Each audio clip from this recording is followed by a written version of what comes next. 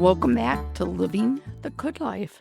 Today we are going to continue our discussion about why cruising is so wonderful for people with body disruptions.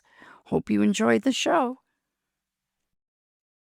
Let's talk about that worst case scenario. What if it's more than just a flare-up? What if someone actually needs clinical intervention? That's reason number 9, onboard advanced medical centers. These are not first aid stations with Band-Aids and ice packs. Modern cruise ships have literal mini hospitals on the lower decks. They are staffed by international doctors and nurses, equipped with ICU-level stabilization gear, x-ray machines, lab equipment for blood work, and cardiac monitors. If you have a chronic illness, knowing that life-saving medical care is literally under your feet provides a level of psychological safety you cannot get at a remote beach resort. Having said that, do be aware that these are not full hospitals. And you should always consult with a doctor before if you have a chronic condition, or especially if you have a terminal condition.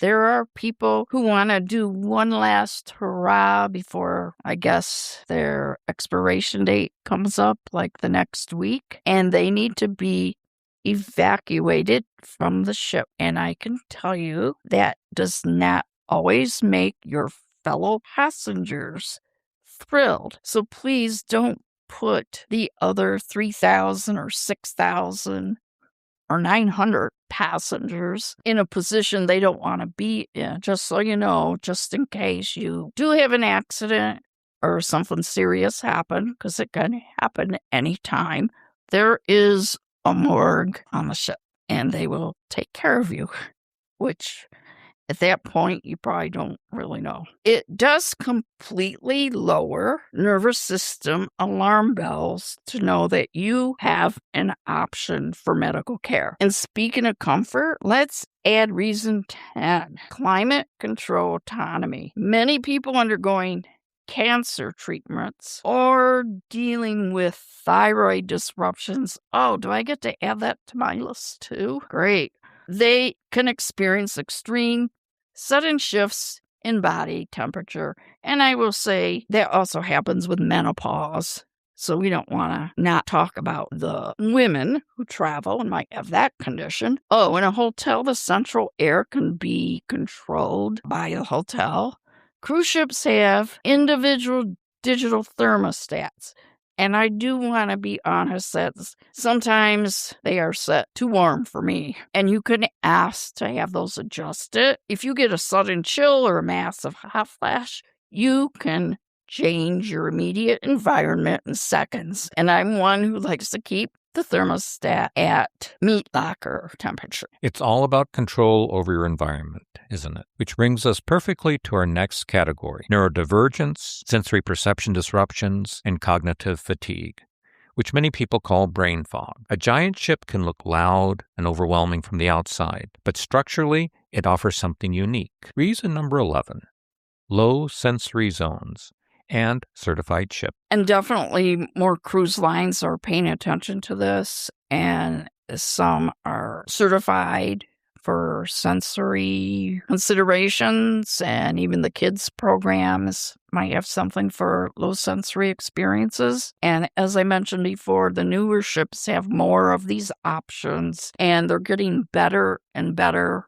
about accommodating people with body disruptions. So there is an organization called Autism on the Seas and cruise lines that partner with Culture City. So as I mentioned, many modern ships are officially certified sensory inclusive, and some of the staff is trained in how to handle sensory activities and neurodivergent people, etc. So they could offer things like noise-canceling headphones, strobe reduction glasses, which that's a good thing to have if you have something like migraines, or if it might cause a seizure.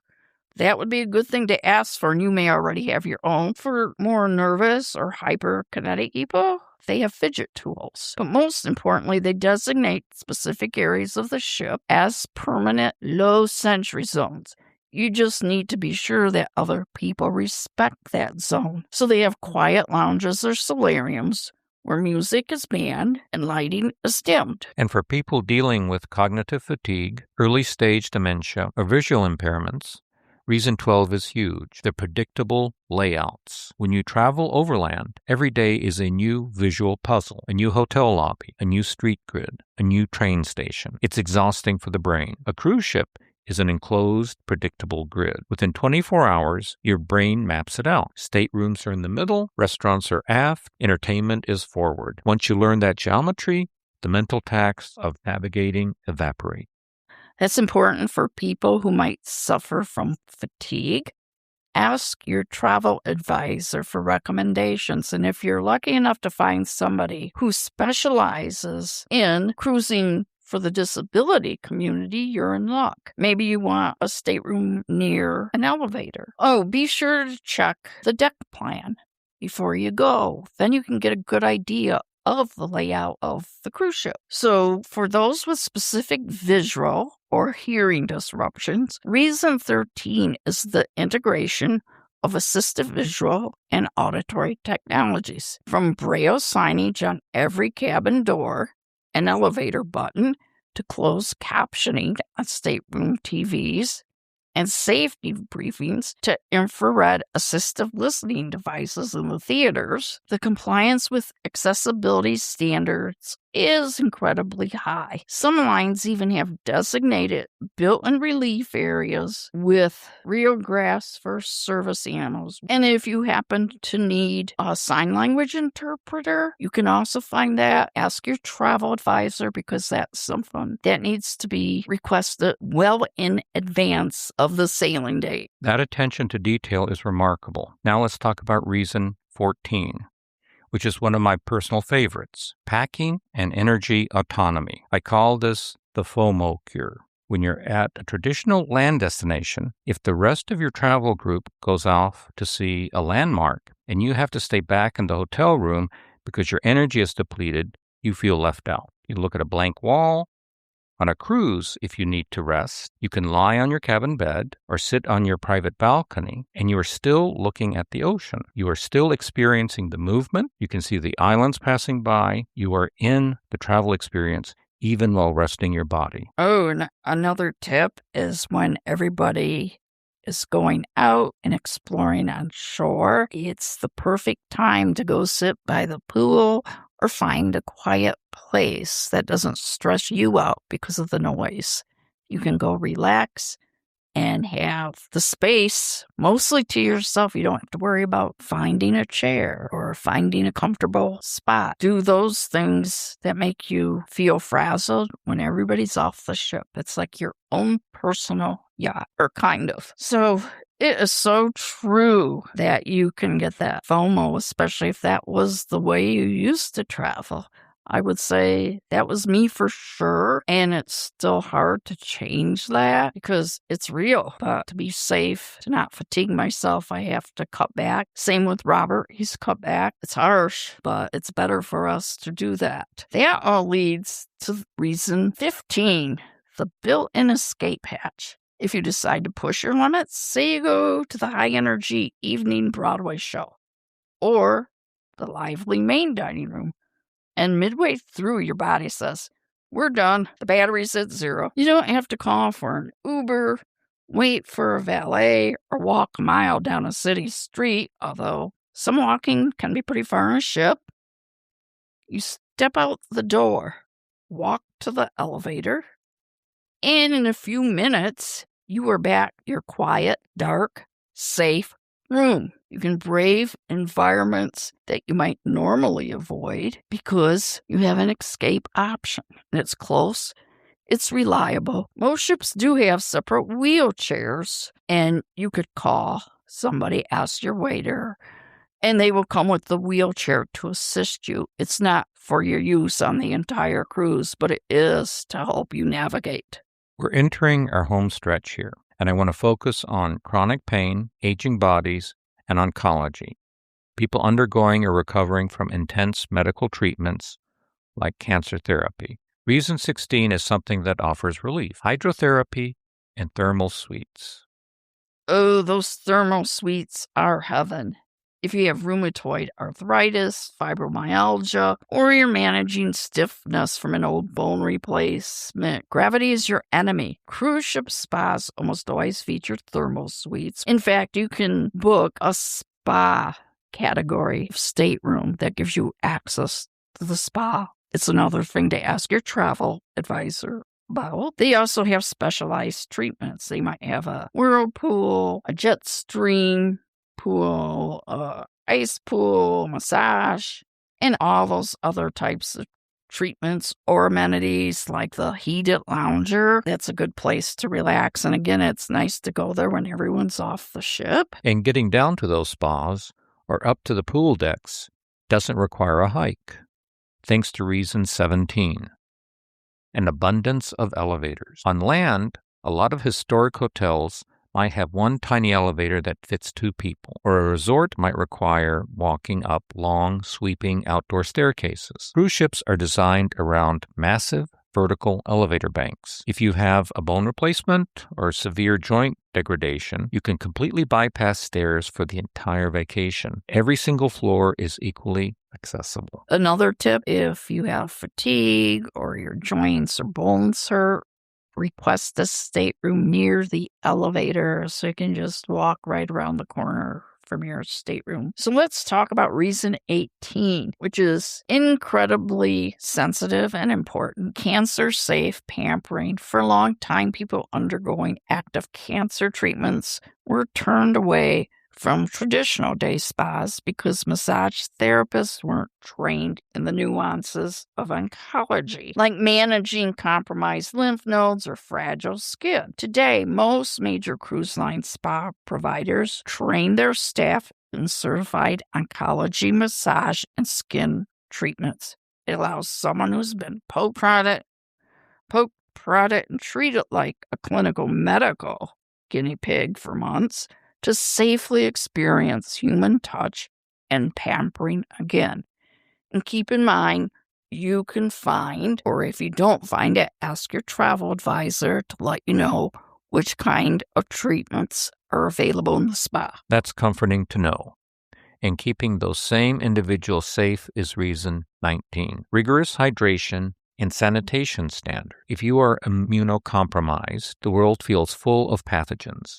But cruise ships, especially after the public health overhauls of the last decade, are hyper-vigilant. There are hand-washing stations at every restaurant entrance, continuous air filtration upgrades, and constant visible sanitation of high-touch surfaces. Furthermore, you have immediate guaranteed access to clean water and food prepared under strict public health regulations. It minimizes the risk environments. And although the government has taken off some of the restrictions for the sanitary ratings of ships, cruise lines continue to test.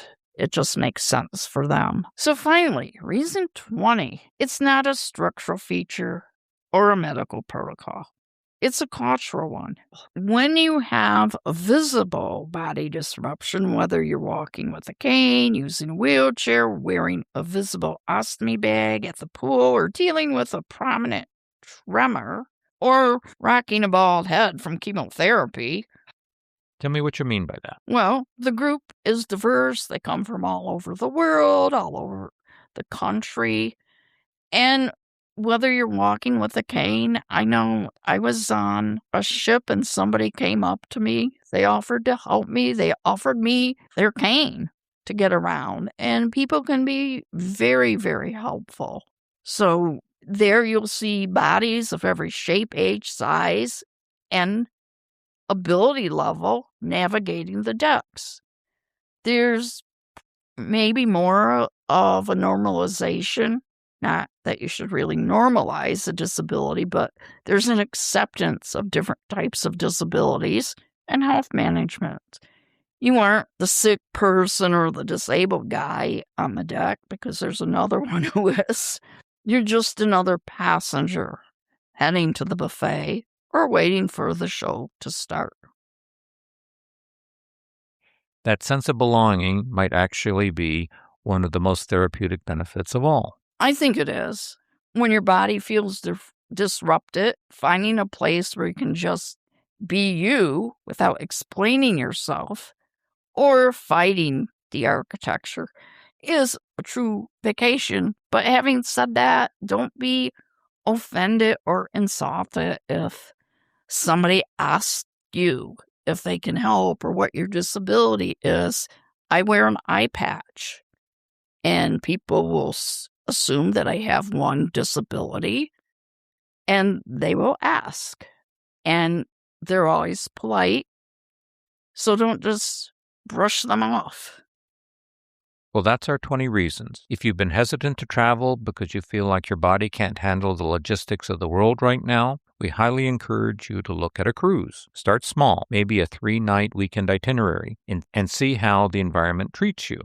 And that's a good idea if you are traveling with a disrupted body. But in general, I would like to say, the shorter the cruise, the more party the atmosphere is. So keep that in mind. And of course, it depends on the cruise line. A 3-day cruise on Holland Americas, that is likely to be the big party weekend.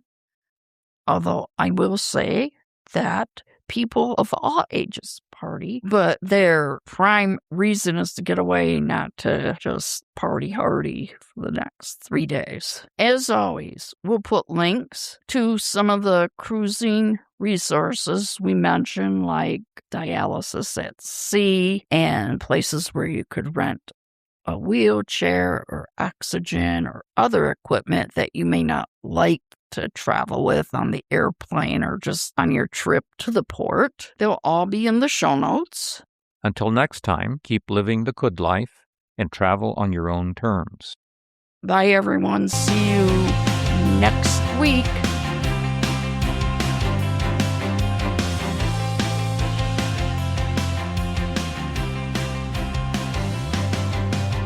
Information shared in this podcast is for general educational and entertainment purposes only. We love sharing our insights, but please remember, this content does not constitute medical, health, or professional advice. Every body and every situation is unique. You should always consult with a qualified medical specialist or healthcare professional before starting any new program, making lifestyle changes, or acting on any information you hear today. Your health is your responsibility, so let's keep it safe.